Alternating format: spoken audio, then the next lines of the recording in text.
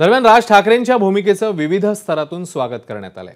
मंत्री सुधीर मुनगंटीवार, अभिनेता सयाजी शिंदे, नाशिकमधल्या काळाराम मंदिराचे महंत सुधीर दास यांनी राज ठाकरे यांच्या भूमिकेचं स्वागत केलंय।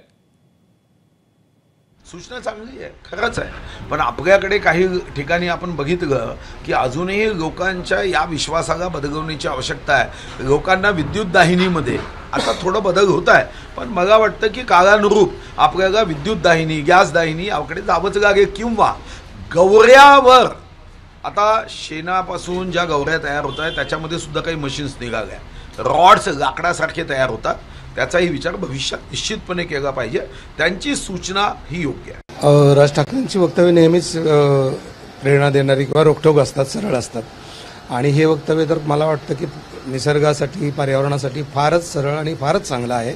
मला वाटतं त्याचं स्ट्रॅटेजिक लेवलवरती गव्हर्नमेंटनं अंमलात आणलं पाहिजे। गोरेगावच्या हिंदू स्मशानभूमीमध्ये 300 प्रेत दर महिन्याला येतात, एकाला 7 मन लागतं, 7 मन गुणिले 300 350 किलो, तर किती किलो होतील 7 मनमध्ये?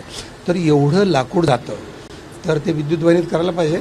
धर्मशास्त्रीय दृष्टिकोनामध्ये आज त्याला काही अयोग्यता नाही। काही विधी जे आहेत त्याला आपण ती जी पूजेला लागणारी जेवढी काही थोडी 5-6 तिथे जे लाकूड आहे किंवा अन्य काही यवशाखाली एक चंदनाचं लाकूड आहे किंवा अन्य हाताच्या अन्य बाजूला पिंड देण्याकरता तिथे एक पूजेपुरती काही लाकडं ठेवावीत आणि विद्युत दाहिनीमध्ये त्याचा संस्कार करण्यात यावा।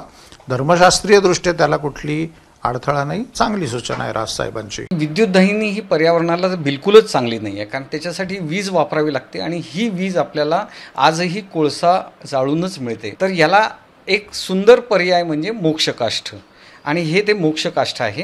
पालापाचोळा शेतकरी आजपर्यंत जाळत होते, तर आम्ही आता शेतकऱ्यांच्याकडनं हा विकत घेतो आणि याच्यापासून या विशिष्ट प्रकारच्या विटा बनवलेल्या आहेत आम्ही, आणि ह्या विटांना आम्ही मोक्षकाष्ठ असं नाव दिलेलं आहे। 400 रुपयानं हे स्वस्त आहे, त्यामुळे लोकांच्या खिशाला परवडणारही आहे, सोबत हे पर्यावरणपूरक आहे।